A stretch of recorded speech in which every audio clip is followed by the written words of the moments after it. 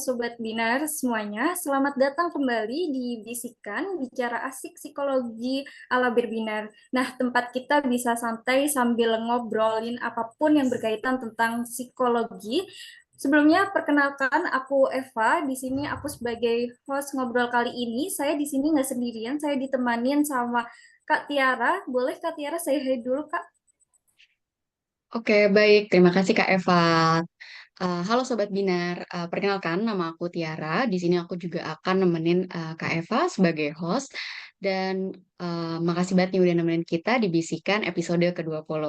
Episode kali ini kita punya narasumber spesial banget nih yang akan nemenin kita menjelajahi topik menarik. Mungkin selamat datang nih untuk Kak Muhammad Lutfi, SPSI, MPSI, dan psikolog. Oke, Baik, terima sebelumnya kasih. Oke, gimana nih Kak kabarnya kali ini? Boleh nih kenalan dulu Kak dengan Sobat Binar semuanya nih. Ya, oke, terima kasih Mbak Eva ya. Oke, teman-teman semua perkenalkan nama saya Muhammad Lutfi Fernan, biasa panggilannya Lutfi aja. Berharap saya saat ini masih bekerja sebagai HRD di salah satu perusahaan aktif di Kalimantan Selatan yang bergerak di bidang pertambangan. Jadi asalnya memang Kalimantan Selatan juga dan saat ini domisili di Kalimantan Selatan dan bekerja di Kalimantan sendiri. Oke, mungkin singkatnya seperti itulah ya. Oke, baik nih. Oke, eh, tadi udah perkenalan. Mungkin episode kali ini kita akan ngebahas topik yang sering kali kita jumpai, yaitu tema episode kali.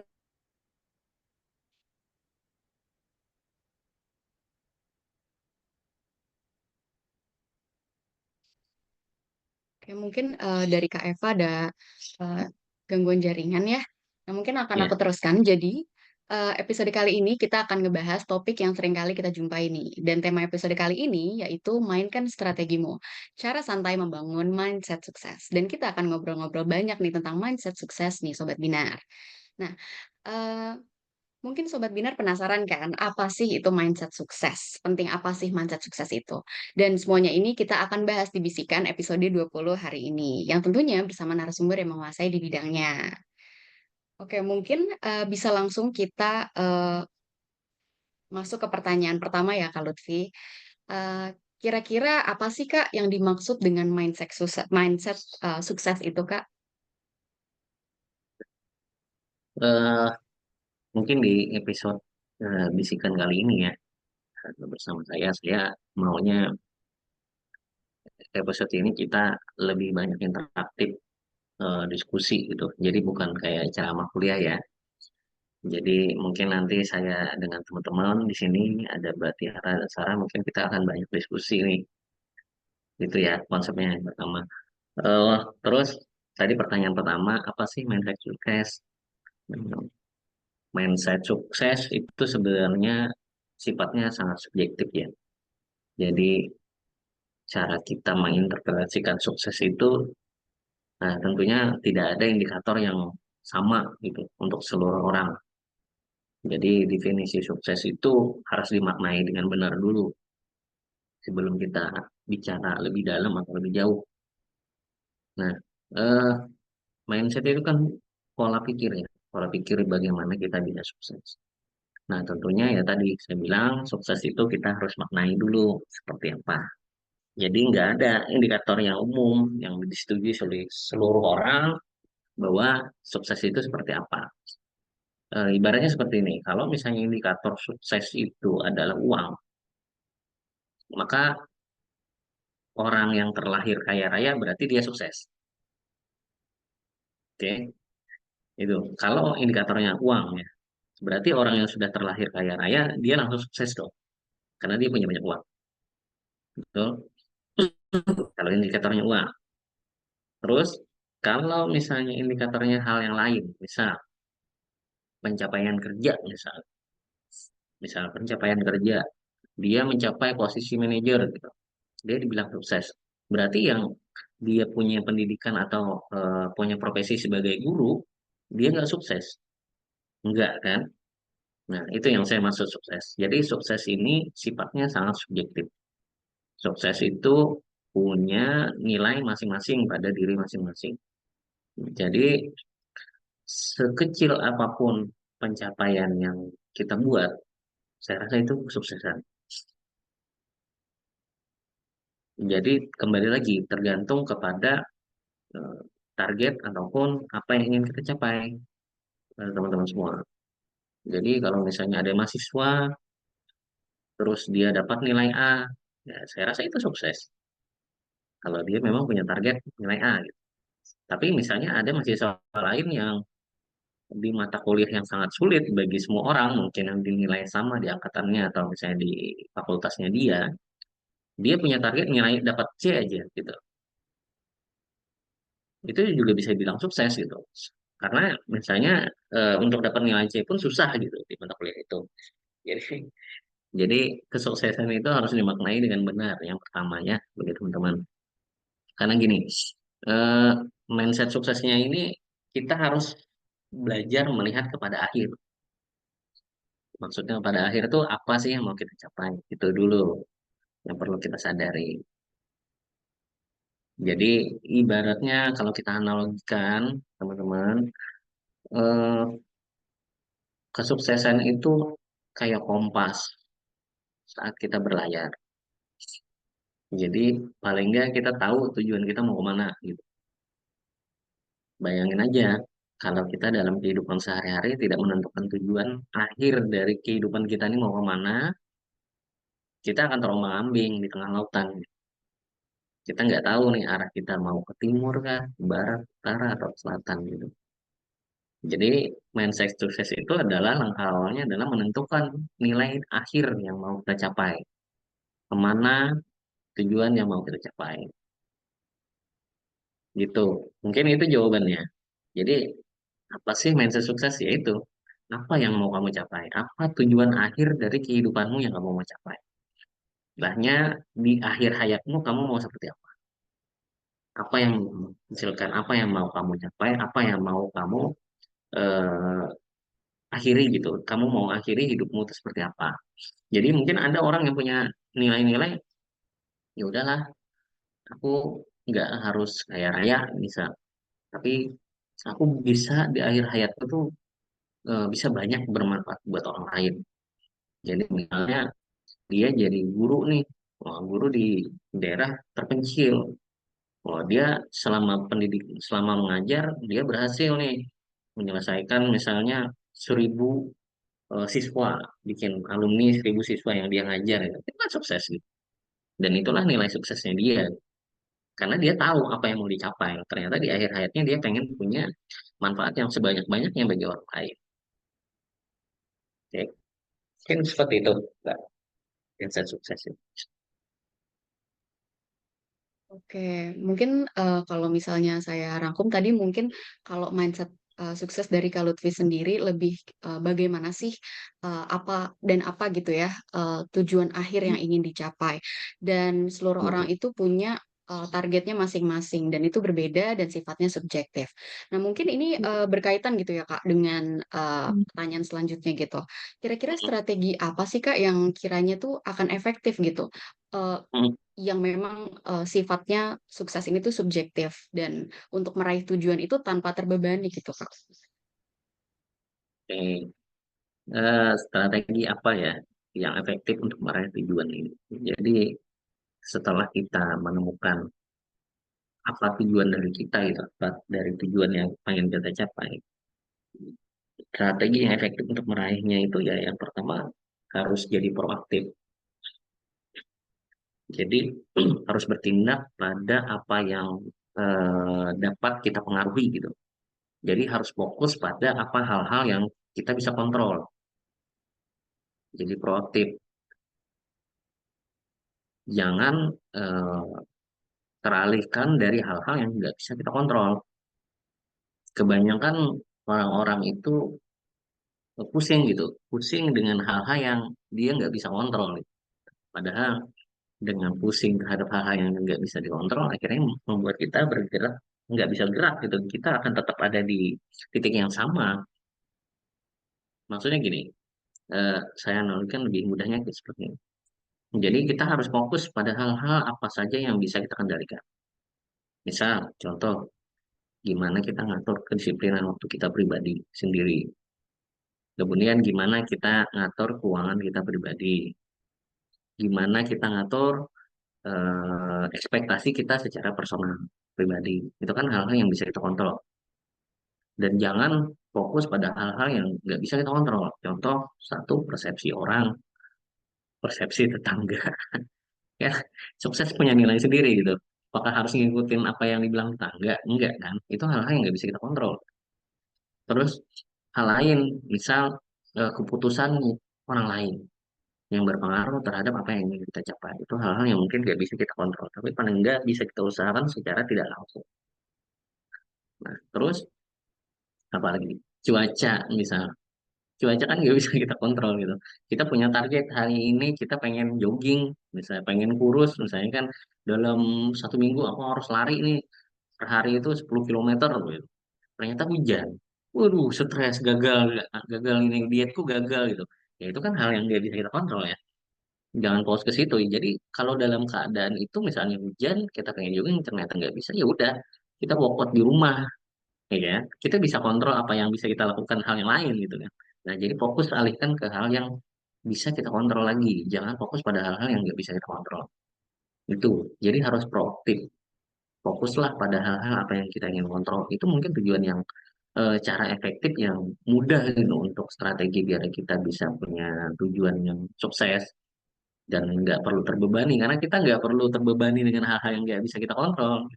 Kita fokus pada hal-hal yang bisa kita kontrol aja ya, bangun bangun lebih pagi itu kan hal yang bisa kita kontrol. Kemudian di pagi hari berusaha untuk produktif, bangun tidur nggak langsung megang HP lihat TikTok gitu. Bangun tidur mungkin langsung kalau yang muslim bisa langsung ibadah, sholat subuh, habis sholat subuh misalnya olahraga, habis olahraga misalnya membaca buku dulu atau hal-hal yang bisa produktif lah gitu. Gambarnya seperti itu. Mungkin ada yang mau ditanyakan nggak dari teman-teman nih, dari Mbak Sarah, Mbak Eva, Mbak Tiara, biar kita sambil diskusi lah.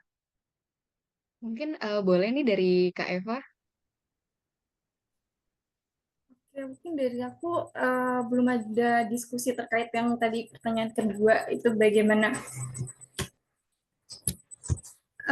Namun aku juga punya pertanyaan lebih lanjut nih Kak terkait hal ini juga. Nah aku tuh juga pengen nanya gimana sih caranya bangun mindset sukses itu tanpa merasa terburu-buru? Oke, tadi kita udah ada 2 langkah ya. Yang pertama, kita harus menentukan tujuan akhir kita ya.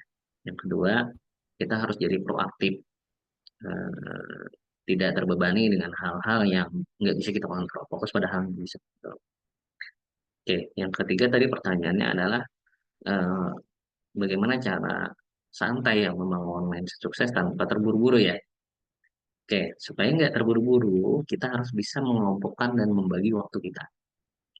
Jadi kalau teman-teman pernah dengar pernah dengar Eisenhower nggak? Jadi Pak Eisenhower itu dia Presiden Amerika Serikat kalau nggak salah yang ke-8. Jadi dia bikin kuadran bagaimana caranya kita ngatur waktu. Jadi kebayangkan Presiden Amerika Serikat sesibuk apa gitu. Dia menyadari bahwa kehidupan itu nggak bisa dia kontrol secara penuh dan nggak bisa dia lakukan segalanya yang dia jadwalkan 100%. Jadi kita harus nyadari itu dulu bahwa ya tadi kembali lagi ada hal-hal yang nggak bisa kita kontrol. Jadi kita harus memaksimalkan apa yang bisa kita kontrol, kemudian kita harus bisa memaksimalkan bagaimana ngatur waktu kita. Nah, caranya adalah kita bisa kategorikan apa yang kita hadapi ini sifatnya itu penting atau enggak, urgent atau enggak. Itu aja. Jadi indikatornya ada 4 lah. Penting, nggak penting, urgent, nggak urgent. Oke, betul. Misal nih, eh, nggak penting, yang pertama kan nggak penting, terus nggak urgent. Apa coba contohnya? Scroll Main Kak. TikTok, ya ya, scroll TikTok, lihat Instagram, main Mobile Legend, misalnya terus jalan-jalan ke mall itu kan yang pertama nggak Hmm. penting banget, kemudian nggak urgent kan. Nah, itu hal-hal yang seperti itu mungkin bisa kita kurangi dari waktu kita yang sehari ini loh. Sehari aktivitas kita mungkin dalam satu hari itu anggaplah eh berapa ya? 14 jam ya. Hmm. Karena sisanya kan eh, berapa jam tuh sisanya? 8 jam mungkin kita istirahat tidur ya.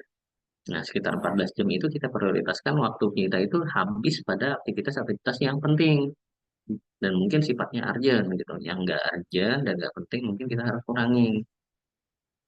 Nah, terus ada yang lain. Contoh lagi ya, hal ini urgent gitu.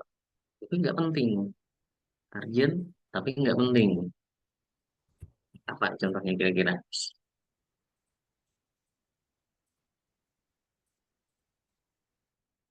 Apa ya, Kak? Kurang tahu sih, Kak. Oke, saya kasih contoh deh. Misal, kalau kalau saya ya, saya karena orang yang saya udah berkeluarga, sudah nikah. Misalnya, saya lagi meeting nih, saya lagi meeting sama klien atau misalnya sama eh, di perusahaan lah, misalnya di meeting sama bos, tiba-tiba istri telepon, penting nggak untuk diangkat? Penting kan? Iya, Tapi urgent apa enggak? enggak.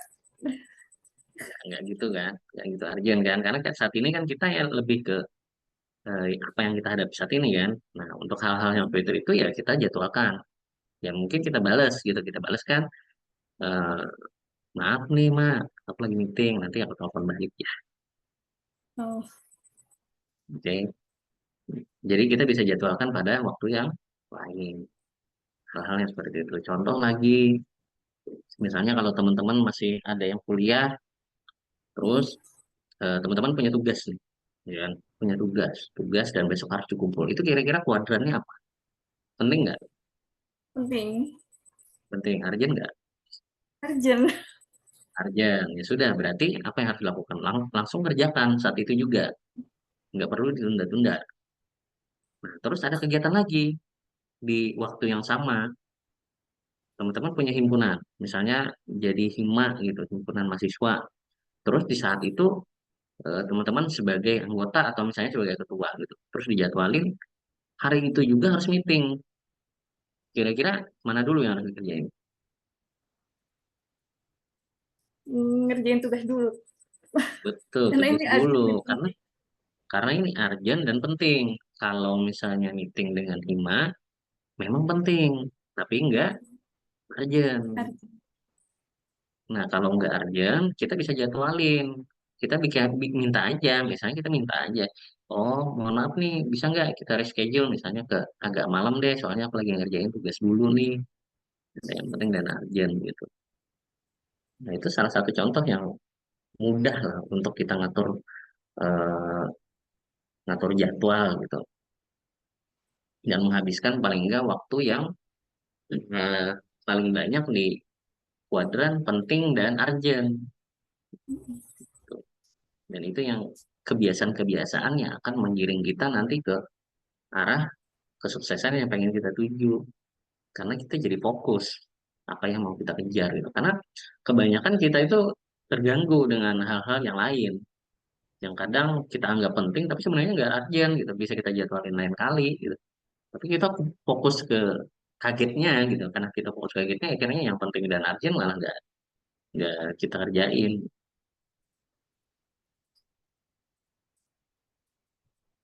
Oke. Benar sekali tadi buat jawaban gimana kita itu membangun mindset yang sukses tanpa merasa terburu-buru. Mungkin ini aku juga setuju banget tadi bahwa kita harus ngelompokin dulu mana sih yang urgent, mana sih yang penting karena kita tahu bahwa setiap hari itu ada 24 jam. Itu pasti waktu yang sangat banyak, tapi banyak sekali orang yang nggak bisa ngelola waktu ini juga buat time manajemennya. Jadi boleh banget buat ngontrol waktu itu gimana yang urgent dan gimana yang penting gitu. Mungkin pembahasan kita udah semakin asik aja. Mungkin dari Kak Tiara ada pertanyaan selanjutnya nih. Oke, nah mungkin tadi benar banget tuh ya dari Kak Lutfi sendiri tentang Asian Hour itu. Aku juga dulu sering banget dengar-dengar tentang itu, tapi baru tahu banget ternyata dari Presiden Amerika ke-8 ya, Kak. Jadi Iya, betul. lumayan menarik banget ya, dan mungkin bisa teman-teman Sobat Binar dan aku juga mungkin coba di next-nya gitu. Nah, mungkin untuk pertanyaan selanjutnya, kira-kira apa sih Kak peran pola pikir yang strategis gitu ya dalam membantu kita untuk mencapai target besar yang secara bertahap gitu Kak?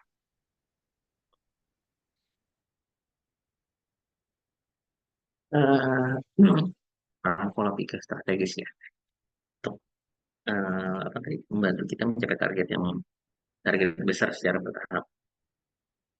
Oke, ini kembali ya ke tujuan akhir tadi dulu. Yang perlu teman-teman sadari adalah eh, kita harus menetapkan tujuan yang realistis dulu. Jadi jangan sampai menetapkan tujuan yang kurang realistis gitu. Jadi tujuannya terlalu besar, akhirnya cara atau strategis apapun yang kita lakukan itu akan sulit gitu. Ya, contoh aja punya target pengen kaya kayak Elon Musk gitu. Ya gimana ya? Bahkan istilahnya kalau satu hari pun kita menghasilkan 1 miliar gitu, nggak bakal bisa nyamain dia juga sampai kita mati gitu. Jadi itu target yang nggak realistis ya. Jadi targetnya tuh harus ditetapkan secara realistis. Pertimbangkan sumber daya ya apa yang kita miliki. Itu yang penting gitu. Strateginya untuk mencapai hal yang besar. Jadi sumber daya apa sih yang kita miliki? Yang pertama, misal mungkin keuangan. Terus yang kedua, misal kita punya link apa enggak. Terus yang keempat, kita punya keahlian di situ atau enggak, kompetensi di situ atau enggak. Itu penting banget tuh, 3 hal itu gitu. Jadi untuk mencapai target yang besar secara bertahap ya kita harus pertimbangkan dulu sumber daya yang kita miliki.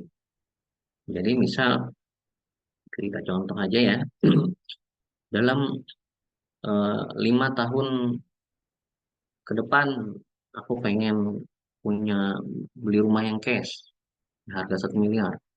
Aku pengen punya mobil Rubicon harganya 1,2 miliar. Ya kan? Terus apalagi pengen berangkat haji sama umroh gitu, 5 tahun ya. Sekarang saldonya 50.000 gitu di ATM. Kira-kira realistis apa enggak? Kurang realistis kan? Kurang realistis karena kita nggak punya modal yang cukup gitu untuk memulai segala. Apakah itu mungkin terjadi 5 tahun? ya mungkin, mungkin gitu. Tapi itu mungkin terjadi, tapi sesuatu yang nggak bisa kita kontrol gitu. Ada pengaruh takdir di situ, ada pengaruh rezeki gitu, hal-hal yang nggak bukan bukan kita tentukan sendiri gitu. Dan itu belum tentu itu bisa terjadi. Jadi strateginya adalah fokuslah terhadap sumber daya yang kita miliki dulu. Kita nggak punya uang nih, ya kan? Oke lah kita nggak punya uang. Terus kita punya link apa enggak?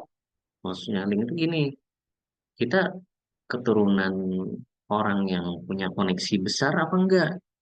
Jadi kita pengen bikin usaha, misal bikin bikin usaha, eh, misal nih contohnya pertambangan gitu. Kita pengen bikin usaha pertambangan, tapi kita nggak punya modal, nggak bisa kan? Kita punya uang, tapi punya uang, misalnya kita punya uang, misal anggaplah mungkin 1 triliun gitu, pengen buka usaha pertambangan. Tapi kita nggak punya link, ya gampang kan? Masih bisa kan kita cari link gitu, tapi kita punya modal. Terus, misal kita punya link, kemudian kita punya uang, tapi kan kita nggak punya kompetensi. Misalnya yang punya uang 1 triliun ini lulusan psikologi, misal nggak punya kompetensi di bidang pertambangan untuk buka pertambangan itu. Akhirnya, ya caranya apa? Akhirnya kan rekrut orang-orang yang punya kompetensi di situ caranya. Jadi perhatikan tiga poin penting ini kita punya apa enggak dulu untuk bisa pelan-pelan mencapai target yang pengen kita capai.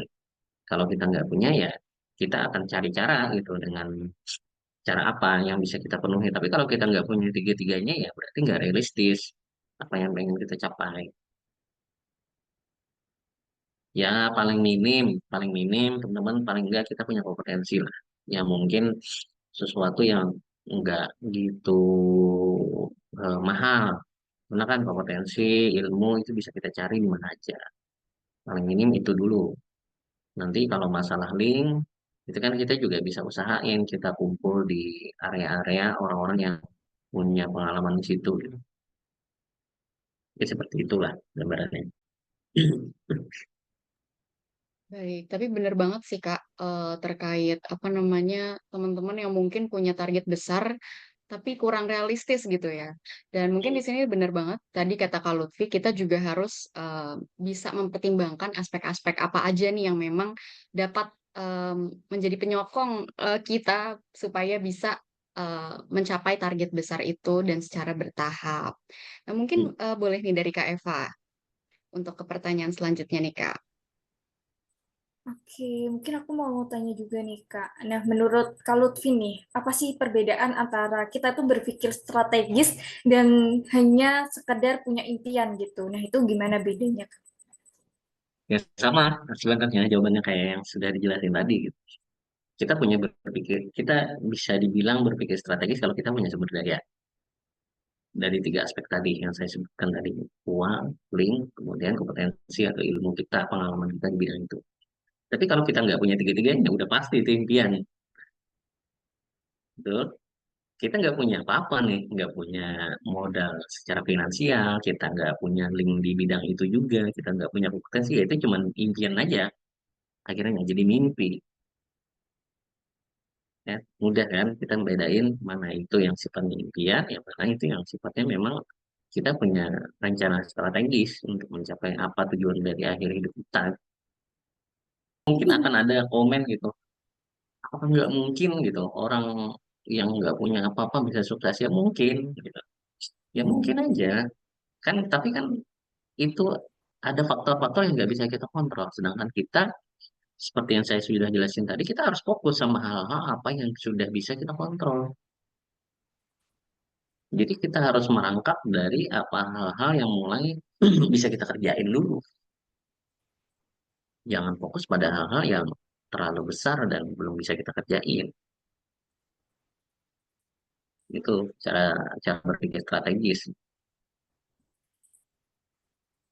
Oke, mungkin tadi kan ada kata-kata kalau emang kita nggak punya semuanya, kita bisa sukses nggak sih? Nah, itu kan, Kak. Nah, aku juga Ya. pengen tanya lebih jauh lagi nih, Kak. Nah, kira-kira strategi apa sih yang harus kita ambil gitu buat bangun mindset ini dan juga kita punya dari kayak kenalan orang, terus atau bahasanya tuh sekarang koneksi lah ya. Nah, itu bagaimana itu Hmm, strategi kita yang masih anak kuliahan nih, Kak? oke. Jadi untuk bisa punya koneksi segala macam, kita harus berpikir win-win solution gitu. Win-win solution. Jadi berhentilah untuk berpikir menang. Maksudnya menang gini, karena dalam kata menang harus ada yang kalah. Oke. Jadi berpikirlah untuk sama-sama menang. Jadi dengan kita berpikir untuk sama-sama menang, kita akan berusaha memahami perspektif orang lain. Jadi gimana caranya supaya dia untung, aku untung. Dari mulai cara berpikir kita yang win-win solution tadi, itu akan membuka kolaborasi dengan siapapun. Nah, lengkap nggak teman-teman? Jadi setiap kita menemukan masalah, kita akan berusaha untuk memahami dulu, ujuk-ujuk untuk dipahami. Jadi kita akan menemukan sesuatu perspektif orang lain, apa yang mereka butuhkan gitu. Nah, dari situ kita akan mulai punya link banyak karena kita mau mendengar, kita mau memahami. Kiranya kita bisa masuk ke circle-circle orang-orang tertentu gitu. Tapi kalau kita datang ujuk-ujuk pengen yang urusan kita aja yang diurusin gitu, ujuk-ujuk pengen tujuan kita aja yang dibantuin ya kita nggak bakal pernah nemu gitu dan nggak bakal pernah punya link yang banyak. Itu yang mudah sebenarnya untuk kita bisa terbuka atau membuka koneksi yang luas. Jadi mindsetnya dari awal adalah berusahalah untuk memahami perspektif orang lain dulu, kemudian berusahalah untuk bagaimana caranya supaya sama-sama memenangkan, tidak ada yang dikalahkan, seperti itu caranya. Jadi buat teman-teman semuanya, mungkin aku rangkum ya tadi bahwa strategi yang harus kita lakukan kalau mau punya koneksi itu kita harus berpikir win-win solution dan kita juga harus tahu nih intinya kita harus saling menguntungkan lah ya. Jadi kita memahami perspektif orang lain maka orang lain juga bakal tahu apa keinginan kita. Jadi kita saling menguntungkan gitu. Mungkin dari selanjutnya dari Kak Tiara. Mungkin yang aku ingin tanyakan terkait ini sih Kak, daily life gitu ya. Gimana sih ataupun langkah kecil gitu ya. Langkah kecil apa aja yang memang kita semua itu bisa mulai nih untuk dapat membangun pola pikir sukses ini gitu sih Kak. Jawabannya kurang lebih sama ya kayak yang sudah saya jelasin sebelumnya gitu. Langkah kecil apa ya? Kita harus proaktif yang pertama dan fokus pada hal-hal yang bisa kita kontrol hari ini. Oke, saya tanya dulu deh biar kita lebih mudah memahami gitu.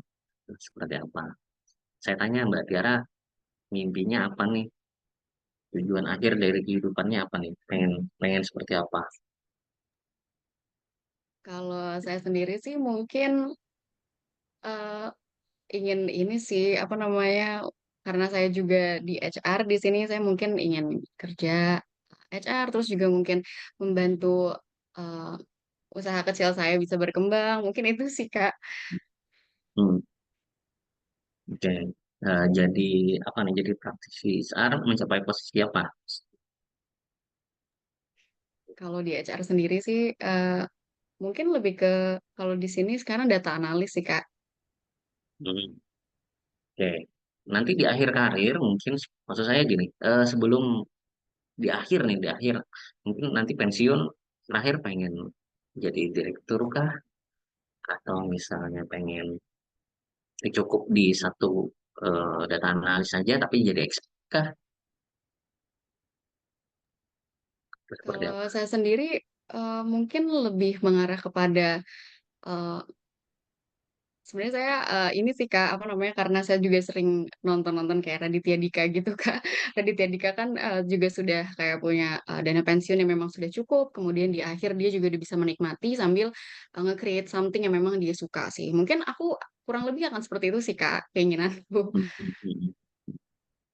Oke, jadi keinginannya kalau saya tangkap ya mungkin keinginannya nanti di akhir hidupnya bisa banyak punya waktu luang gitu melakukan hal-hal yang bisa disukai kemudian secara finansial cukup. Oke. Nah, kalau saya tanya balik nih, kira-kira dengan pekerjaannya saat ini bisa nggak di akhir hayatnya seperti nanti nanti di akhir masa karirnya bisa mencapai itu? Kalau sekarang sih kayaknya mungkin untuk dalam jangka waktu yang pendek, Hmm, karena saya juga nggak tahu masa depannya gimana dan kadang mungkin untuk eh, apa keinginan saya jangka pendek ini mungkin karena saya juga udah mahasiswa akhir ya Kak. Jadi kayak saya pengen kerja dulu gitu. Nanti gimana nantinya terkait role dan jabatan ke depannya saya juga kurang tahu dan menurut saya mungkin saja dari saya banyak belajar entah dari mana saja saya bisa eh, menabung atau mungkin investasi gitu dari ilmu yang saya punya kemudian saya kembangkan dan itu akan menjadi sesuatu yang memang berharga dan juga bisa mendukung tujuan saya ini ke belakang. Mungkin gitu sih Kak kalau saya.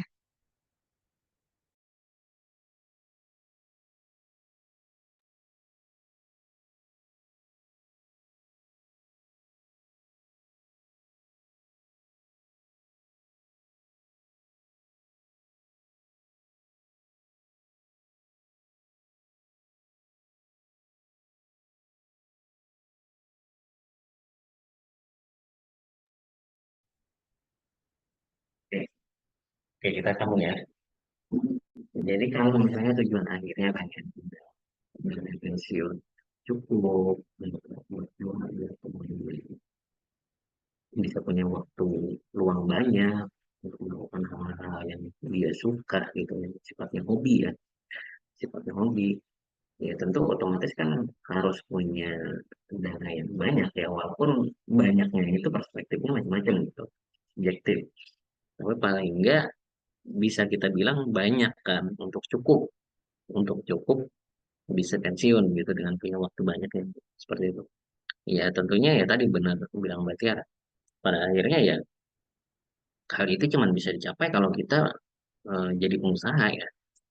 Jadi pengusaha, punya usaha mandiri. Mungkin tadi Mbak Tiara juga udah jelasin dia punya usaha kecil. Itu salah satu langkah yang dia mulai titik dari hari ini gitu. Walaupun mungkin usahanya, saya nggak tahu usahanya seperti apa, apakah sudah mulai berkembang atau gimana, paling nggak itu adalah langkah awal yang bisa dia siapkan dari saat ini gitu. Walaupun mungkin butuh waktu gitu, beberapa waktu ke depan. Tapi itu adalah langkah benar, tuh, langkah-langkah yang bisa dia kendalikan saat ini untuk dilakukan. Yang pasti eh, mungkin kalau kita masih target menjadi karyawan, mungkin nggak akan bisa mencapai hal itu gitu di akhir hayat. Ya memang apa yang untuk bisa ke arah situ gitu. Ada nggak? Ya, kalau teman-teman pernah lihat gitu hasil-hasil survei, berapa persen sih di dunia itu yang karyawan bisa jadi kaya?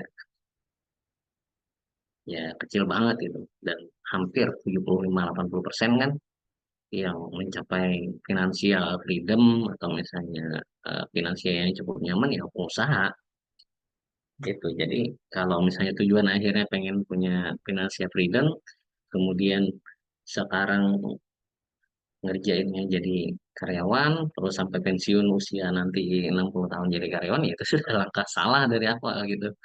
Ya nggak apa-apa kalau misalnya jadi karyawan, tapi punya side hustle, misalnya punya usaha sambil jadi karyawan buat ngumpulin modal gitu. Ya side hustle-nya harus jalan juga. Tapi kalau nggak punya usaha side hustle, jadi karyawan aja, terus punya tujuan akhir pengen kaya raya, nggak bakal pernah kaya gitu. Ya salah gitu caranya.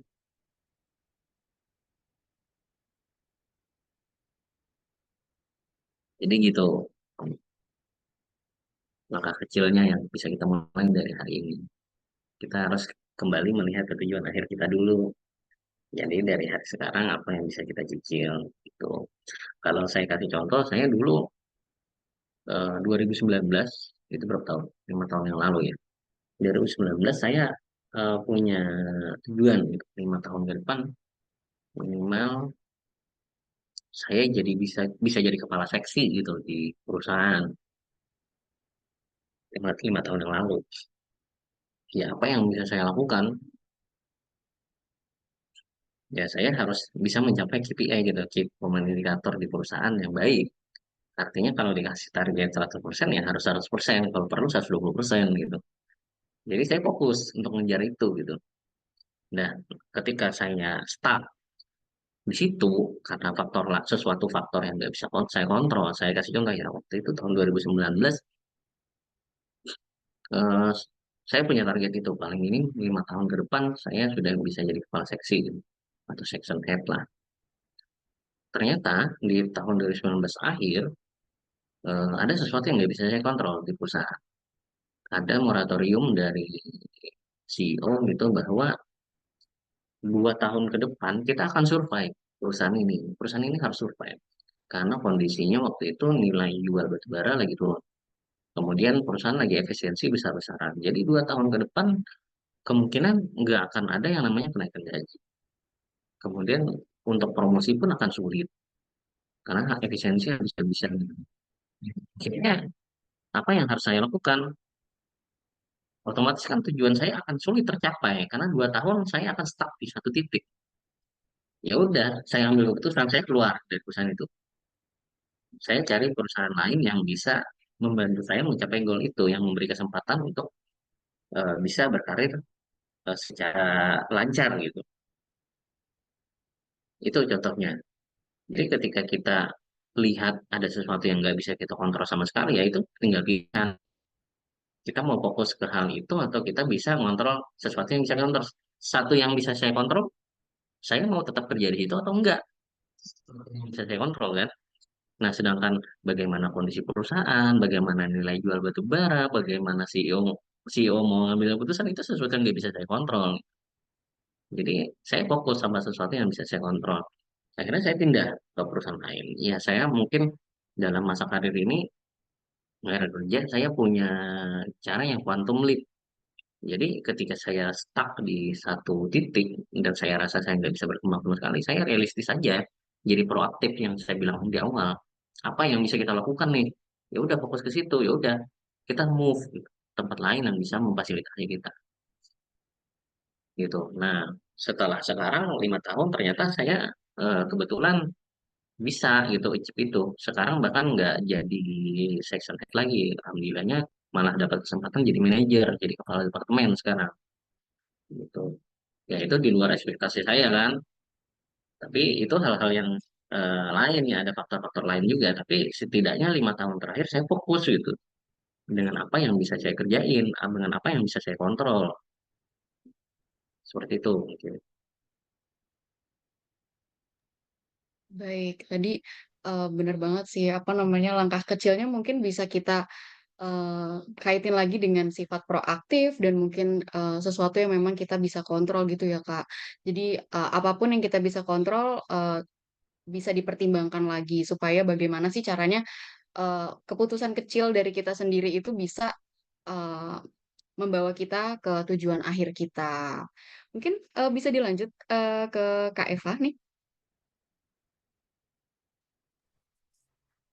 Oke, mungkin tadi udah langkah kecil nih ya kayak. Nah, aku juga pengen tanya nih, apa sih kesalahan umum yang sering kali dilakukan oleh seseorang itu dalam merencanakan strategi sukses mereka gitu, Kang? Kesalahan umumnya yang sudah saya jelaskan tadi ya, teman-teman. Ya menetapkan tujuan akhir yang gak realistis, itu kesalahan yang paling umum sudah. Kebanyakan orang punya mimpi besar, tapi dia nggak mempertimbangkan gitu. Saat ini sumber daya yang dimiliki untuk mensupport itu. Kemudian tidak melakukan hal-hal yang fokus ke sesuatu yang bisa dia kontrol. Apa yang bisa kita lakukan gitu kalau kita cuma berharap pada keajaiban lah istilahnya bahasanya ya. Mohon maaf kasar gitu. Akan ada sesuatu yang sifatnya surprise dalam hidup ini gitu. Kadang sesuatu yang nggak bisa kita duga gitu. Rezeki-rezeki yang nggak bisa kita duga. Tapi kan itu hal-hal yang nggak bisa kita kontrol ya. Karena setiap rezeki kita besok, hari ini pun kita nggak tahu ya. Itu hal-hal yang bisa kita kontrol. Tapi paling tidak hari ini kita bisa melakukan apa yang produktif gitu. Untuk bisa mencapai tujuan akhir tadi. Jadi memang kembali lagi dari awal adalah tetapkan dulu tujuan yang realistis. Karena sepanjang hidup manusia itu kadang tujuannya pun bisa berubah. Jadi hari ini saya punya mimpi, misal saya pengen pensiun di usia 40 misalkan, nggak pengen kerja sampai usia 60 gitu, pengen 40 udah punya financial freedom gitu. Terus setelah berjalan 5 tahun ke depan, saya berubah tujuan akhir saya ya nggak financial freedom banget kok. Ternyata untuk bahagia dalam hidup misalnya ya yang penting keuangan cukup, terus bisa kumpul sama keluarga, sama anak setiap hari, lihat kembang anak setiap hari gitu. Ya, berubah lagi kan tujuan akhirnya. Ya, ketika berubah tujuan akhir, fokuslah lagi kepada hal-hal yang bisa kita kontrol. Jadi, kita akan dihadapkan pada pilihan-pilihan dalam hidup. Caranya ya tadi, yang kita bahas tadi, Eisenhower juga. Kita harus fokus lagi kepada hal-hal yang kita anggap penting. Walaupun nilai penting bagi kita bisa berubah sepanjang perjalanan hidup gitu. Gambarannya seperti itu, teman-teman. Jadi kalau saya boleh sharing, eh, dulu 5 tahun terakhir saya bilang cerita tadi kan, saya fokus pada pengen pencapaian ke posisi tertentu gitu. Nah, sekarang ternyata pada sudah mencapai di posisi tertentu, ternyata tujuan hidup saya juga berubah. Saat ini ya fokus saya karena saya sudah berkeluarga, saya sudah punya anak gitu. Ternyata saya menemukan makna baru gitu, makna baru bahwa eh, hidup bersama keluarga, kemudian bisa punya waktu yang banyak, yang penting kebutuhan keluarga terpenuhi, cukup, gitu. terus bisa lihat tumbuh kembang anak. Nah, ternyata itu tujuan akhir dari yang pengen saya lihat lagi gitu. Akhirnya saya udah nggak fokus lagi ke ngejar karir gitu. Yang penting ya saya bisa pulang kerja tepat waktu, nggak harus lembur-lembur sampai malam hari ngejar target gitu. Saya pulang ke rumah disambut dengan anak yang tertawa gitu. Terus saya bisa lihat tumbuh kembangnya dia, saya bisa lihat tidur dia setiap malam. Sesuatu yang berubah gitu tujuan akhir. Nah, jadi saya fokus pada hal itu. Ketika saya saat ini di posisi ini, saya dapat tawaran tempat kerja lain, misal. Dapat tawaran kerja lain yang gajinya lebih besar, pulang lebih besar. Tapi saya nggak bisa lihat anak gitu, setiap hari. Saya nggak bisa ketemu anak setiap hari. Saya harus kerja di tempat yang lebih jauh. Gitu. Terus saya harus kehabisan waktu yang lebih banyak. Nah, akhirnya itu hal yang bisa saya kontrol. Akhirnya ya udah, saya fokus sama yang ada saat ini yang sudah bisa menunjang tujuan akhir saya. Itu yang kesalahan umum paling paling banyak orang lakukan. Tidak menetapkan target akhir yang realistis, kemudian tidak fokus pada apa yang pengen dia capai. Meskipun tujuan akhirnya bisa berubah, tapi paling tidak harus fokus pada tujuan yang pengen dicapai.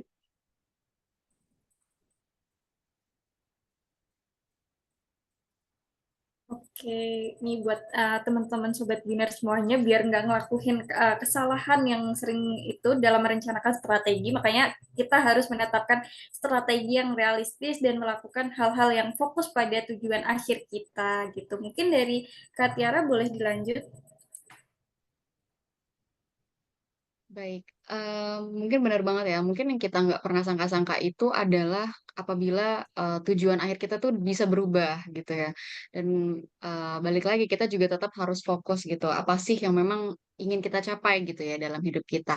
Nah mungkin eh, untuk pertanyaan terakhir, ada apa saja sih kebiasaan harian yang memang kita tuh bisa gitu ya untuk maintaining mindset kita tuh untuk bisa fokus kepada pola pikir yang memang sukses dan juga kita tuh bisa tetap santai gitu, Kak. Kebiasaan harian ya. Jadi jawabannya di sini adalah rangkuman dari yang sudah kita jelaskan tadi. Yang pertama, harus proaktif. Itu kebiasaan harian yang harus penting, harus diterapkan setiap hari. Jadi fokuslah pada apa hal-hal yang bisa kita kontrol ya. Kemudian tetap fokus pada tujuan akhir. Tadi tujuannya apa? Kemudian kita harus fokus memiliki mindset bahwa kita harus win-win solution.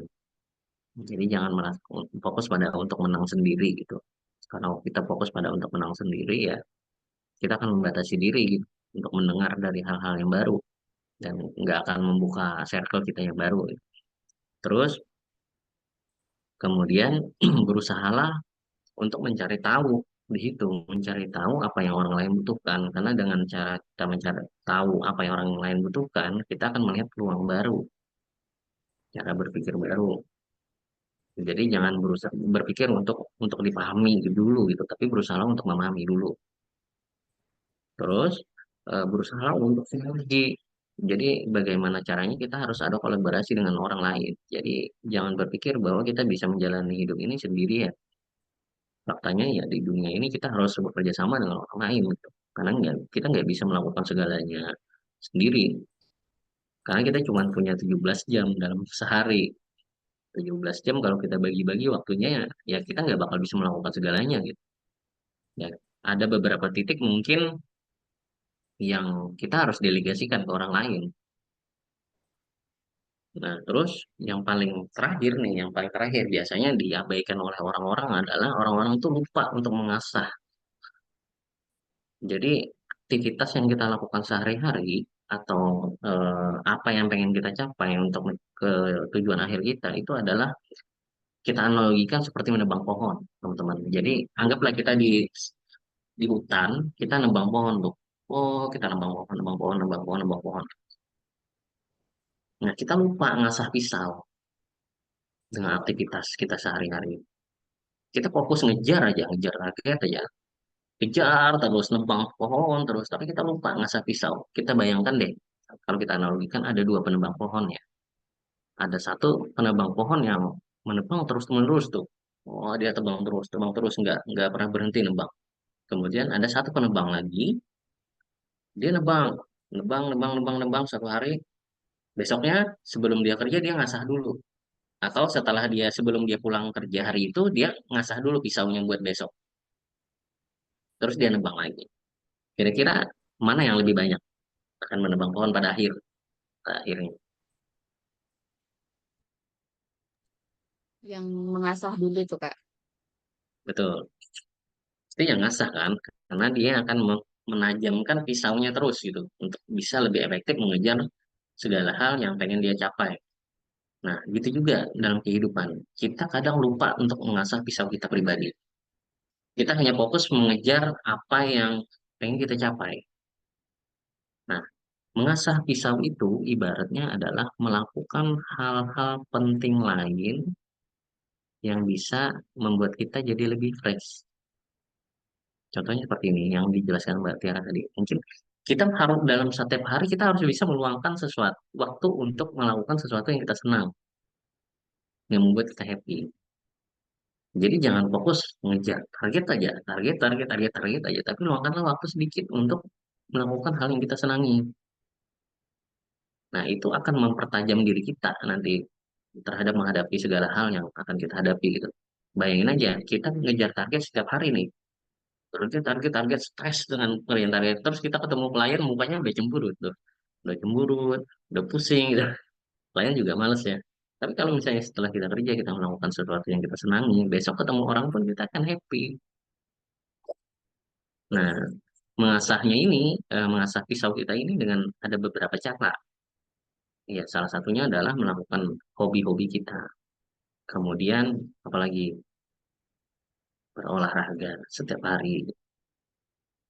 Paling nggak meluangkan waktu sebentar berolahraga supaya kita bisa jadi lebih fit. Kemudian, apalagi beribadah tepat waktu.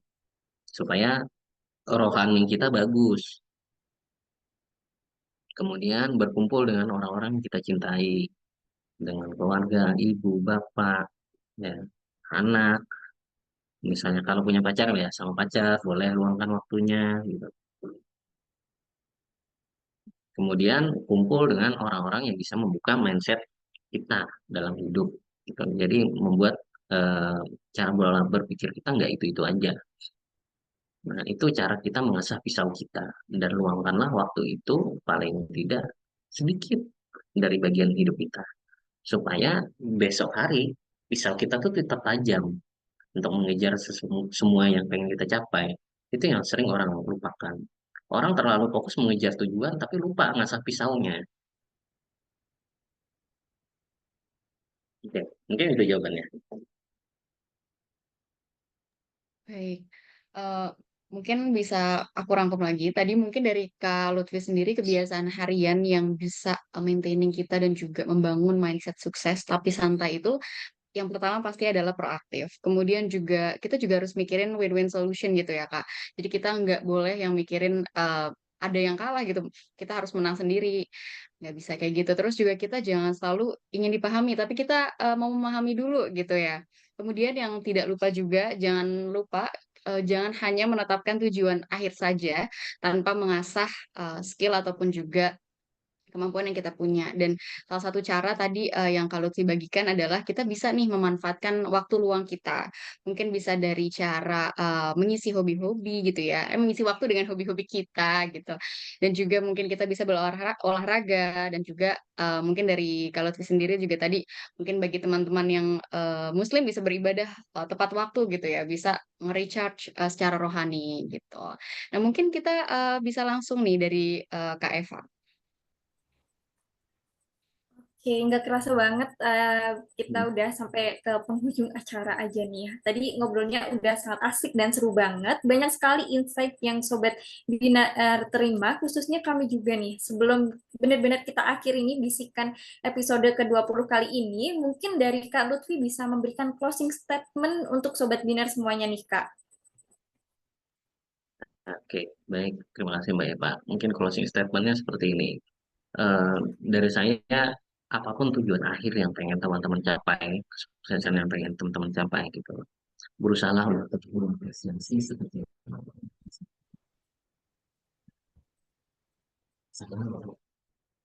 mengapresiasi itu dengan baik, dengan mengapresiasi itu kita akan mencapai tujuan yang lebih besar. Karena dengan mengapresiasi itu akan menumbuhkan kepercayaan diri kita untuk menghadapi tantangan yang lebih lanjut. Dan yang paling penting tadi, jangan lupa mengasah pisaunya. Jangan cuma fokus menebang pohon, tapi asahlah pisau kita. Mungkin itu aja.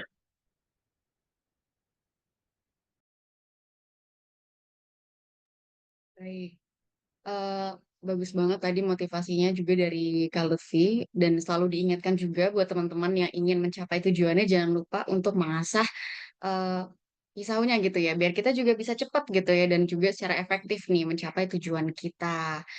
Nah, eh, mungkin aku sekalian aja eh, ingin menyampaikan sesuatu untuk sahabat Binar juga nih.